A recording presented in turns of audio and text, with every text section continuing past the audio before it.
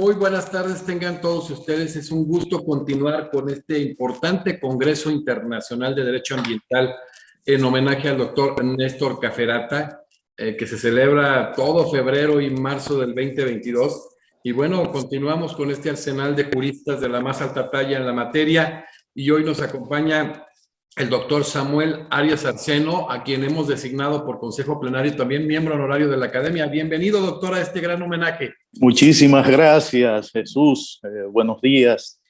En verdad, quiero agradecer a la Academia Mexicana de Derecho, Juan Velázquez, en especial a ti, Jesús, por la coordinación y esta invitación a participar en este Congreso Internacional de Derecho Ambiental en homenaje a la trayectoria de Néstor Caferata. La verdad es que de Néstor se ha dicho bastante de sus cualidades de jurista y de académico, con toda una vida dedicada a lo que es el fortalecimiento y el desarrollo del derecho ambiental. Pero yo quiero aquí resaltar esa condición humana que tiene Néstor y muy entusiasta de compartir su conocimiento con los demás. Y por ellos, los jueces América, siempre tendremos una deuda de gratitud hacia él. Muchísimas gracias.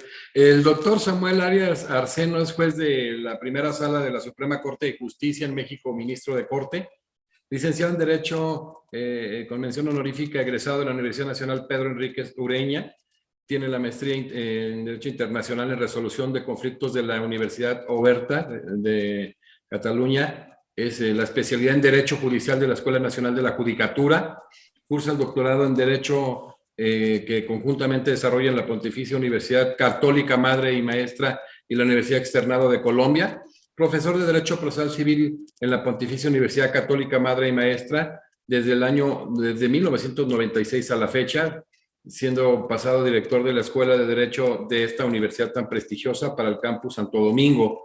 Y es, como lo dijimos, nuevo miembro honorario de la Academia Mexicana de Derecho. Juan Velázquez, corresponde al doctor Samuel Arias Arseno desarrollar el tema particularidades del derecho procesal ambiental. Doctor Samuel, ¿qué importancia tiene distinguir entre los procedimientos ordinarios y el procedimiento ambiental? Gracias, Jesús. Yo creo que debemos empezar reconociendo que en el derecho ambiental convergen otras ramas importantes del derecho tradicional, las cuales cuentan ya con características muy especializadas. Por ejemplo, el derecho ambiental participa en el derecho constitucional como un derecho fundamental colectivo, y en esa medida, en la mayoría de los países, tienen ya un apartado importante a la necesidad de preservación del medio ambiente en sus respectivas constituciones. De igual forma, el derecho ambiental tiene componentes importantes que se relacionan con lo que es el derecho administrativo, con el derecho penal y el derecho civil, entre otros. Estas ramas tradicionales del derecho ya tienen establecidos sus propios principios procesales, mediante los cuales se pretende asegurar la precisión y la fuerza en la aplicación de la ley correspondiente a su propia especialidad. Y podemos asegurar que el éxito judicial de una determinada acción en justicia estará garantizada en la medida en que el reclamante cumpla con las reglas procedimentales establecidas. Aquí regularmente decimos que no solo se trata del fondo, sino también de la forma, y que una forma inadecuada de reclamar el derecho puede hacerlo perder el fondo, es decir, el derecho sustantivo. Entonces, desde esa perspectiva, el gran peligro que se presenta es cuando los actores en el sistema de administración de justicia, llámense abogados, jueces, fiscales, etcétera, tratan de darle el mismo tratamiento exclusivo y propio de su respectiva área de especialización a la solución de conflictos ambientales. De aquí la importancia del reconocimiento de las particularidades procesales que conlleva el derecho ambiental. Ejemplo, tenemos en que como principio en materia penal tenemos el indubio pro reo, es decir, que la duda favorece al reo. Sin embargo, en derecho ambiental tenemos el principio indubio pro natura. La duda favorece a la naturaleza. Y este es un principio basado en la protección de la naturaleza misma. Entonces, aquí es muy importante que un juzgador esté consciente de que se encuentra en el marco del proceso ambiental, porque la aplicación estricta del derecho procesal penal, es decir, utilizar aquel principio de la duda favorece al reo por encima del principio o en desdén del principio de que la duda favorece a la naturaleza, podría favorecer eventualmente al infractor ambiental. Está claro que estos principios, en caso de duda, están llamados a la protección de los más débiles, a lograr lo que es el equilibrio procesal y, lógicamente, en materia ambiental, pues el medio ambiente es la parte menos protegida. Eso también sucede en materia contractual, por ejemplo, cuando se interpreta alguna cláusula dudosa, pues sencillamente esta interpretación debe de ser hecha en contra de aquel que ha redactado la cláusula. Por otra parte, en muchos aspectos el derecho ambiental requiere el manejo de incertidumbres, ¿no?, que necesariamente entran en tensión con los principios generales del derecho procesal tradicional. Y esto es lo que sucede cuando se aplica el principio de precaución que recoge nuestra ley ambiental, en el sentido de que no podrá alegarse la falta de una certeza científica absoluta como razón para no adoptar medidas preventivas y eficaces en todas las actividades que impacten negativamente al medio ambiente. En otras palabras, para adoptar las medidas de protección no es necesario esperar la certeza científica que pudiera llegar cuando ya existen daños irreparables causados al medio ambiente o a los recursos naturales. Samuel, después de ver todas estas convergencias con diferentes ramas del derecho, en específico, ¿qué tanto difiere la legitimación activa en el derecho procesal ambiental con relación específicamente al derecho procesal civil? Fíjate, el aspecto de la legitimación activa, aparte de encontrar diferencias considerables con el procedimiento civil y el procedimiento ambiental, no deja de ser un tema sumamente controversial y nada pacífico, y que puede a la larga constituirse en un obstáculo considerable a la hora de accionar en justicia para el reclamo de los derechos ambientales. Esto es así porque en el derecho procesal civil tradicional, a los fines de ejercer una acción en justicia, el reclamante tiene que estar provisto de ciertas condiciones. En primer lugar, debe de estar provisto de un derecho de acción. Esto, en otras palabras, es que sencillamente su pretensión no sea sencillamente la consecución de un simple enunciado programático, por ejemplo, sino que sean realidades perseguibles en justicia. De igual forma, también tiene que tener un interés legítimo, personal y directo. En tercer lugar, tiene que tener la calidad, que es esa facultad legal de actuar en justicia, y que en algunos casos conocemos como la titularidad. Y por último, también tiene que tener una capacidad, independientemente de que se trate de una persona física o una persona jurídica. Pocas excepciones escapaban a este rigor procesal tradicional. Cabe destacar, por ejemplo, el caso del habeas corpus en materia penal, que es una institución sumamente antigua, utilizada para obtener la libertad de personas que se encontraban privadas de libertad de manera ilegal. Y que precisamente por esa condición de estar privada de su libertad, pues no podían ellos ser los que solicitaran su puesta en libertad. Y por lo tanto, ahí en esa acción de habeas corpus, pues sí se permitía que la persona que solicitaba la acción fuera diferente a la persona titular del derecho que se solicitaba.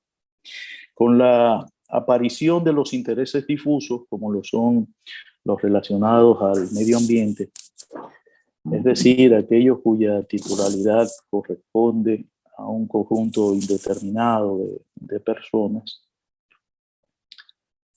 pues, o lo que es lo mismo, lo que algunos llaman como los derechos insujetos, ¿no?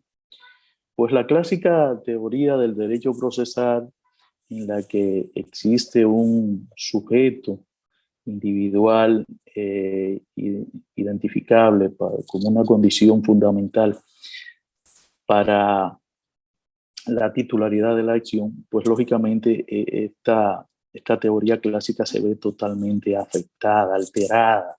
O sea, esto es demasiado novedoso porque ya no estamos hablando de que necesito saber quién exactamente está reclamando y por qué reclama y cuál es su interés, cuál es su calidad.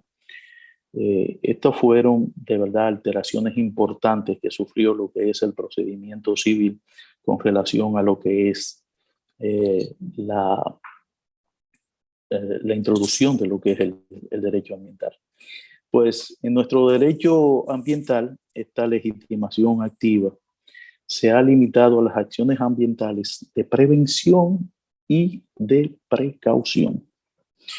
En efecto, toda persona o asociación de ciudadanos tiene legitimidad procesal activa para denunciar o querellarse por todo hecho, acción, factor, proceso o la omisión o obstaculización de ellos que haya causado, esté causando o pueda causar degradación y o deterioro del medio ambiente y los recursos naturales. Por tratarse de una excepción a las reglas de titularidad, es necesario una interpretación restrictiva y aplicar las reglas clásicas de titularidad a las demás acciones, como sería la acción en indemnización por los daños y perjuicios ambientales causados. Lógicamente, a los afectados directamente. O sea, aquí no podemos abrir ese espectro que se abre tanto para la prevención como para la precaución. La misma ley ambiental parece conteste con esta opinión al establecer que la reparación del daño consiste en el restablecimiento de la situación anterior al hecho, en los casos en que sea posible, y en la compensación económica del daño y los perjuicios ocasionados al medio ambiente o a los recursos naturales, a las comunidades o a los particulares. ¿A qué particulares se refieren? Lógicamente a los afectados directamente por el daño ambiental. Qué interesante, cuando hablamos de estas acciones ambientales de protección y prevención, cabe recordar un poquito que pretorianamente surge el amparo en República Dominicana, si no me equivoco, en el 99, ahí con base al artículo 25.1, diferente a como surgió en 1957 en el caso Anker City en Argentina, que es con base a su constitución. Sobre todo estas convergencias con diferentes ramas del derecho, en el caso del derecho procesal constitucional referido a procesos constitucionales, el amparo en República Dominicana tiene inmersión específicamente en el tema de protección y prevención también del medio ambiente. Sí, es correcto. Qué bueno que haces la salvedad de cómo surge por primera vez el amparo en República Dominicana, que es totalmente de manera pretoriana, Sui a raíz generis, de una... nada más Argentina y Dominicana son un ejemplo en el tema. Pero es interesante porque en cierta forma la ley de procedimientos constitucionales que ya prevé el amparo en la legislación, pues pudo nutrirse un poco de la experiencia que había sido toda esta experiencia pretoriana que tuvimos en materia de amparo. Hoy en día todos los derechos fundamentales pues, pueden ser reivindicados a través de la acción de amparo. En materia civil existe una figura que también pretende y que pudiera, y de hecho en los tribunales normales en materia ambiental se ha utilizado bastante, que es la figura del juez de los referimientos, que tiene sus orígenes franceses. Y entonces el juez de los referimientos trata de prevenir el daño, ¿verdad? Y por eso es más fácil acudir al juez de los referimientos. Mira, en lo que esto se averigua, por favor, trata de prevenir un daño inminente. Esa es la situación por el momento. Tenemos esas dos figuras que convergen y que pueden ayudar a la protección inmediata del medio ambiente. Gracias. Ahora, de hecho, ya habiendo entrado y específicamente diferenciado en cuanto al derecho procesal ambiental, ¿cuáles son o cuáles podemos señalar como particularidades en torno a la prueba precisamente en este derecho procesal ambiental, Samuel? Lo primero que podemos decir es que en todas las materias en las cuales se suscitan cuestiones constitucionales o de orden público, como nosotros llamamos, pues, y que lógicamente entran los aspectos ambientales porque está contenida en la Constitución. Y también la ley 6400, pues también prevé que es una ley de orden público. Pues lo primero es un papel activo del juez en la búsqueda de la verdad, es decir, en la administración de lo que es la prueba judicial. Esto significa que el juez no tiene los límites tradicionales que, por ejemplo, tiene en materia civil ordinaria el juez, en el que debe de limitarse a lo que las partes aporten como prueba. O sea, un juez civil ordinario sencillamente basará su decisión en lo que las partes aporten a él. No va a excederse de ahí. Sin embargo, en su papel activo, que se lo da el hecho de que estemos tratando en una materia de orden público, pues él no tiene que someterse a a lo que la parte les aporta. Él puede de manera oficiosa, pues ordenar las medidas de inclusión que se impongan, a diferencia de las que aporten las partes, sin estar obligado lógicamente a suplir las deficiencias en que incurran las partes en el proceso. Lo que sí podemos decir es que ese papel activo del juez a los fines de mantener su imparcialidad, pues debe de ser administrado con mucha prudencia para que su decisión a la larga no se vea afectada de nulidad o de falta de legalidad. En segundo lugar, tenemos el aspecto relativo a la carga de la prueba. En los procedimientos civiles ordinarios, todo aquel que alega un hecho en justicia debe de probarlo. Esto significa que el accionante es el que debe de demostrar los hechos en los cuales, los hechos que permitan sustentar sus pretensiones. No obstante, y aun cuando la legislación ambiental no es lo suficientemente clara, en ese sentido se admite que en derecho procesal ambiental existe la inversión de la carga de la prueba. Es decir, que corresponde al demandado probar en justicia que la actividad desarrollada no es perjudicial para el medio ambiente y los recursos naturales. Ya no es cuestión de que el accionante en materia ambiental tenga que decir, mire, usted está causando un daño, por ejemplo, ambiental. No, le corresponde a usted como demandado probar que no lo está causando. Esto tiene tal vez, y se pudiera explicar de por qué esta inversión de la carga de la prueba, yo diría que la explicación está en el hecho de que nos encontramos en actividades, en que las actividades ambientales están estrictamente reguladas por las autoridades ambientales.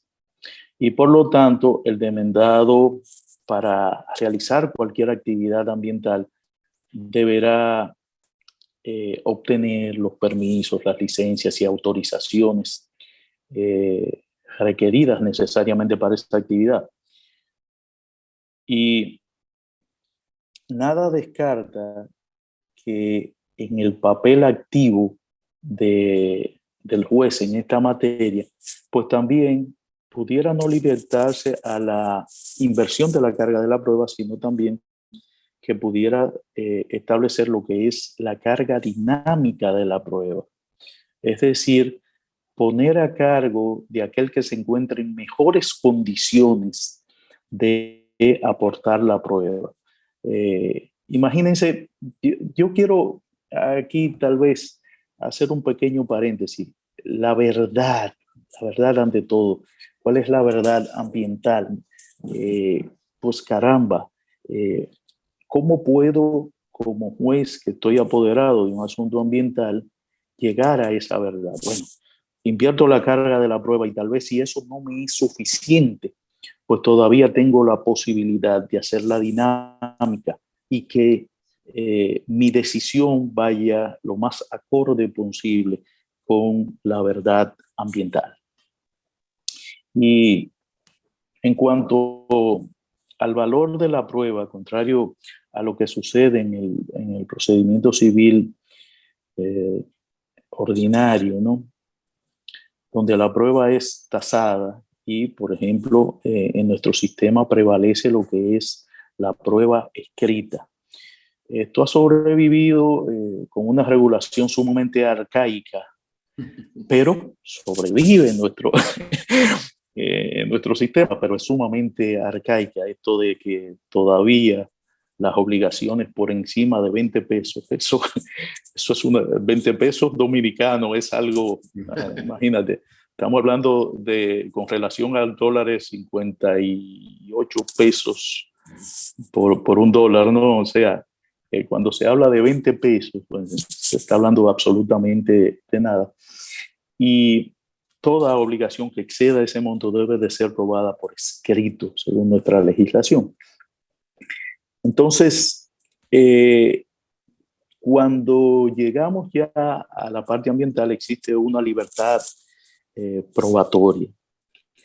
Sin embargo, yo creo que no se puede apartar de vista de que la materia ambiental es una materia exageradamente técnica. O sea, aquí el marco de apreciación si sí o si no es tan amplio. O sea, vamos a estar claros. O sea, por eso yo entiendo que desde la perspectiva ambiental, los jueces debemos de recurrir incansablemente a lo que son el peritaje y los testigos expertos.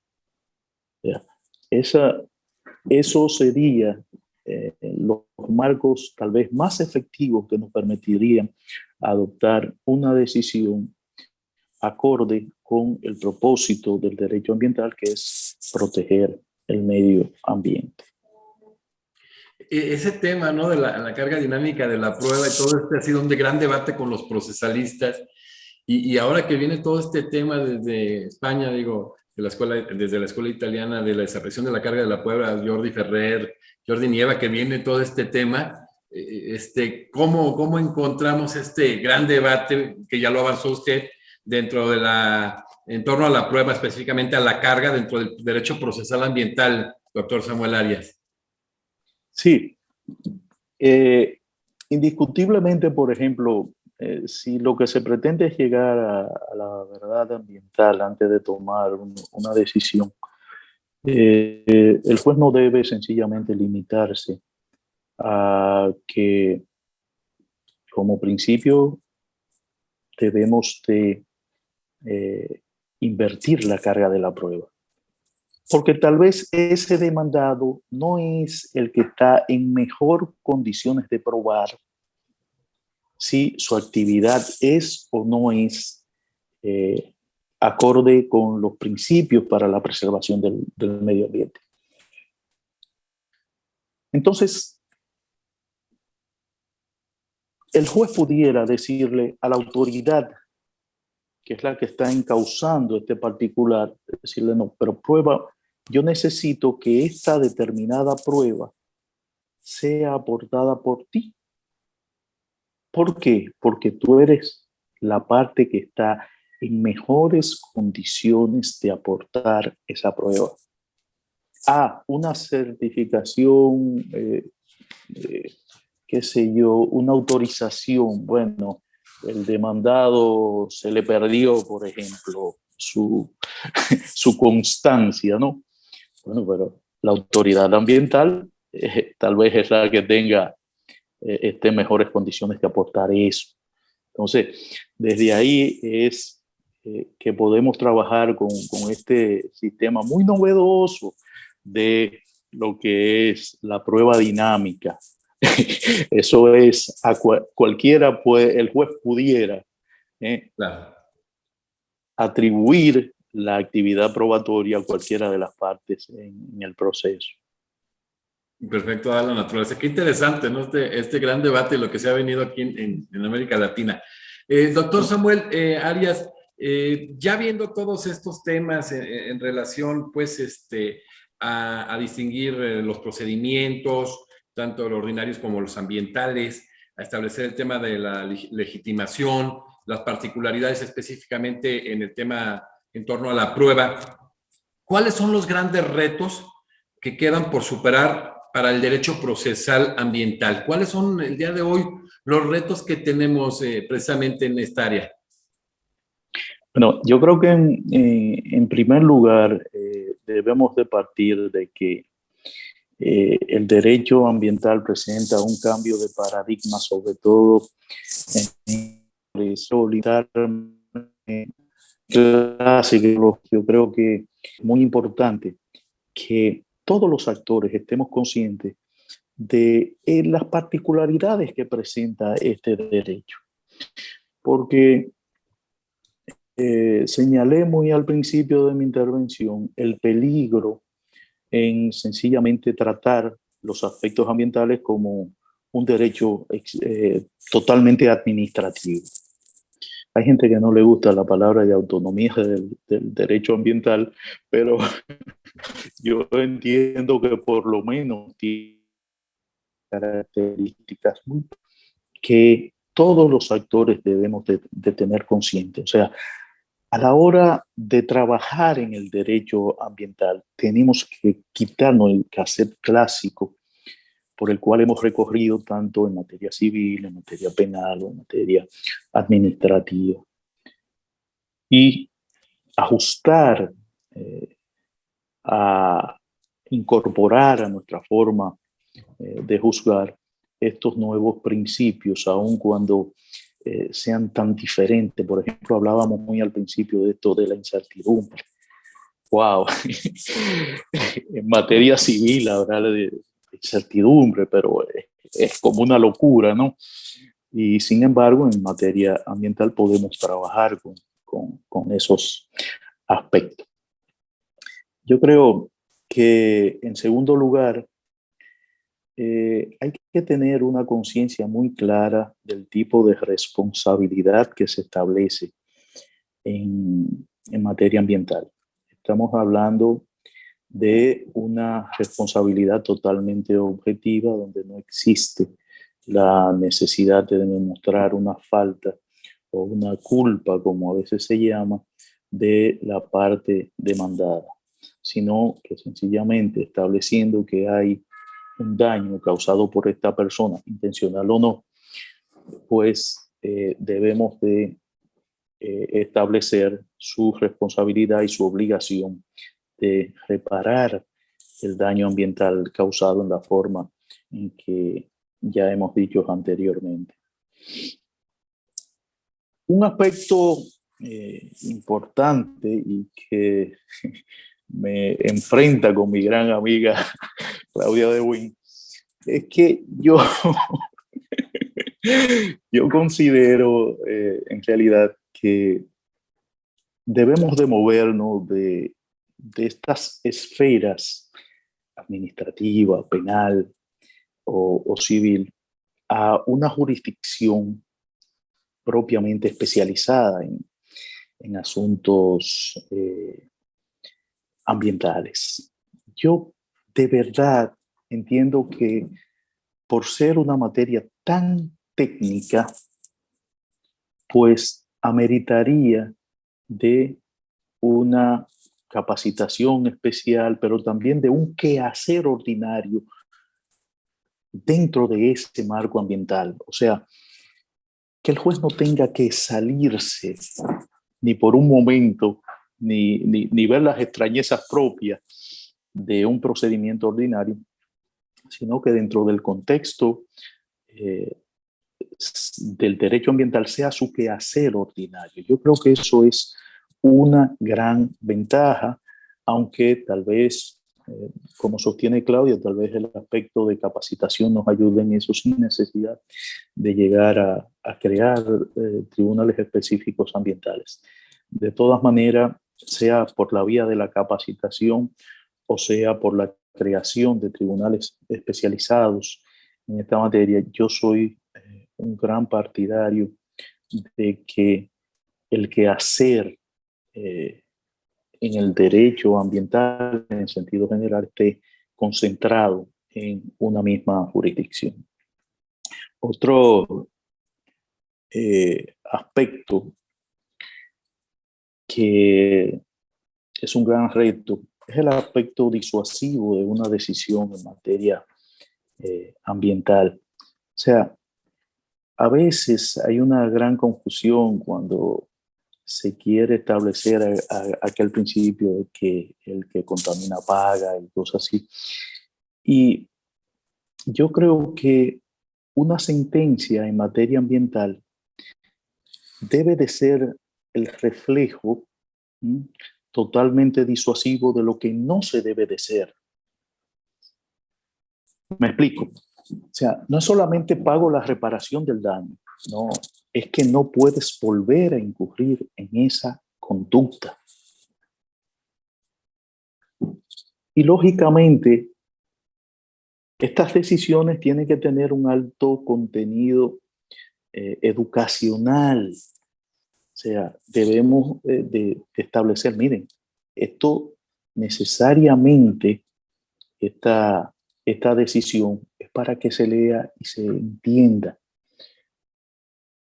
Y tal vez las sanciones deben de ser tan ejemplares que disuadan a otra persona de no incurrir en ese mismo tipo de actividades, porque a la larga existe una necesidad de proteger del medio ambiente.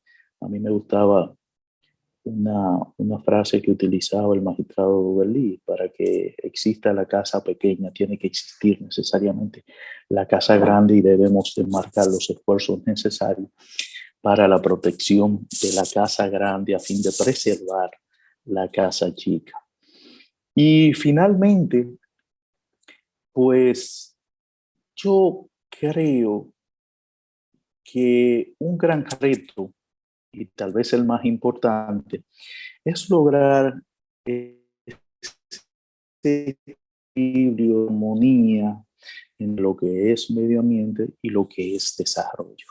O sea, no es que tengamos la visión de que todas las acciones ambientales deben de ser acogidas. Yo no creo que en ninguna cabeza pudiera pensarse de que sencillamente porque alguien diga paralicen esa obra porque afecta al medio ambiente, debe de ser acogida esa acción inmediatamente sin averiguar más nada. No, yo creo que el gran reto de, de los jueces a la hora de decidir en, en esta materia es lograr ese equilibrio que a veces parecería imposible, pero permitir el desarrollo, pero que este desarrollo no afecte lo que es el medio ambiente, porque a la larga es el valor que debemos de preservar a los fines de que las futuras generaciones puedan gozar de ello.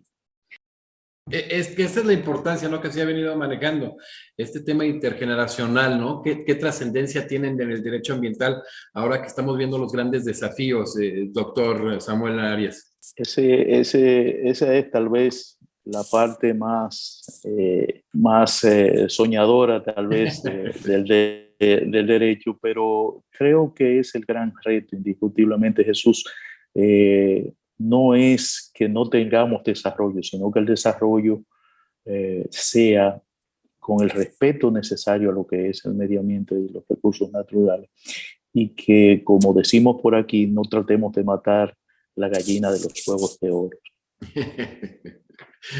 Samuel, ya concluyendo esta disertación tan importante y los puntos tan importantes que estableces, ¿qué le aporta Néstor Caferata en este gran homenaje? Vale la pena señalarlo y subrayarlo. ¿Qué le aporta Néstor Caferata al desarrollo del derecho ambiental hoy, que es un tema tan importante y tan trascendente con todo lo que nos ha pasado, como que sea con mayor visibilidad? La verdad es que, Néstor, nosotros tenemos, aquí voy a confiar, nosotros tenemos un grupo que se llama Jueces América, que mencioné al principio.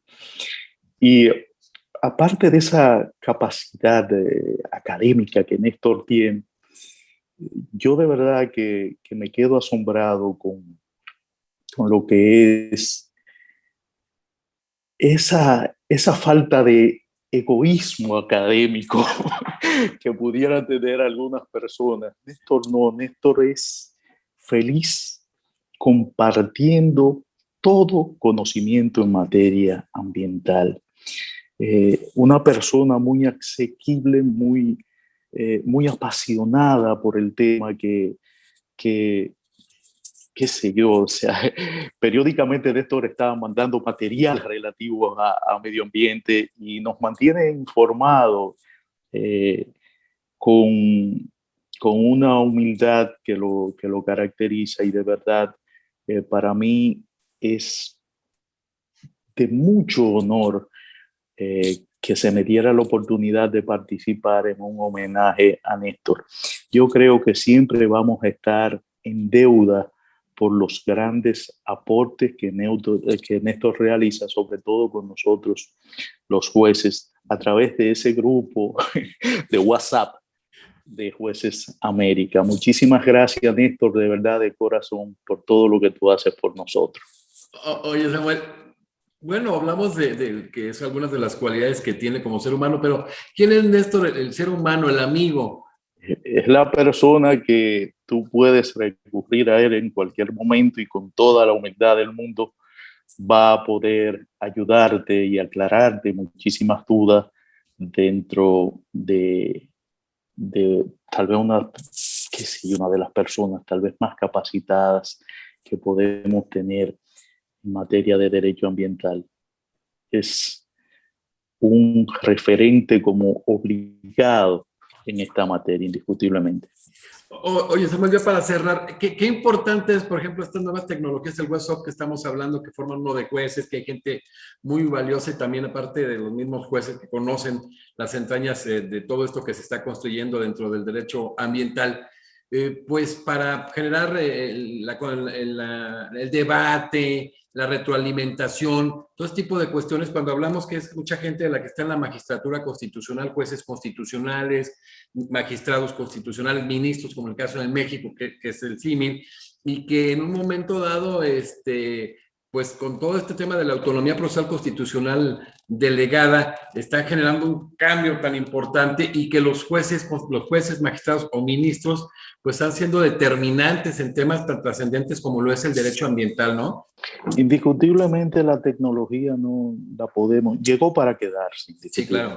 La tecnología llegó para quedarse y nosotros tal vez debemos de sacarles el mejor provecho posible. Y qué interesante poder tener una información fresca como la que nos proporciona Néstor en cada momento, ¿no? Imagínense desde Argentina, ya América Latina tiene una información a mano fresca, interesante para el debate, para compartir ideas, para ser serios también. A veces hemos recibido atentados los diferentes jueces de América, en el caso de nuestros compañeros de El Salvador. Y wow, qué interesante uno poder darle seguimiento a la situación en el mundo entero. Y tal vez ahí es donde hace más sentido aquellos de que todos debemos estar interesados en lo que es el medio ambiente, porque aun cuando no podamos reclamar los daños y perjuicios directamente, el incendio que se produce en California me afecta a la larga como generación actual y a las generaciones futuras también.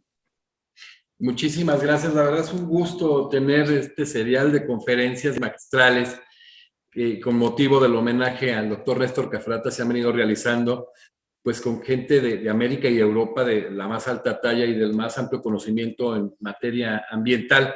Y hoy ha sido un gusto tener en la Academia Mexicana de Derecho Juan Velázquez al doctor Samuel Arias Arceno de República Dominicana, ministro de la Suprema Corte de Justicia de ese país, juez constitucional. Y pues muchísimas gracias, Samuel, por haber estado con nosotros directamente en este homenaje, en este segmento del homenaje al gran amigo, al gran jurista Néstor Cafferata, que aparte de ser un hombre pues de la mayor capacidad y que ha generado muchísimas aportaciones al derecho ambiental, es un ser humano extraordinario.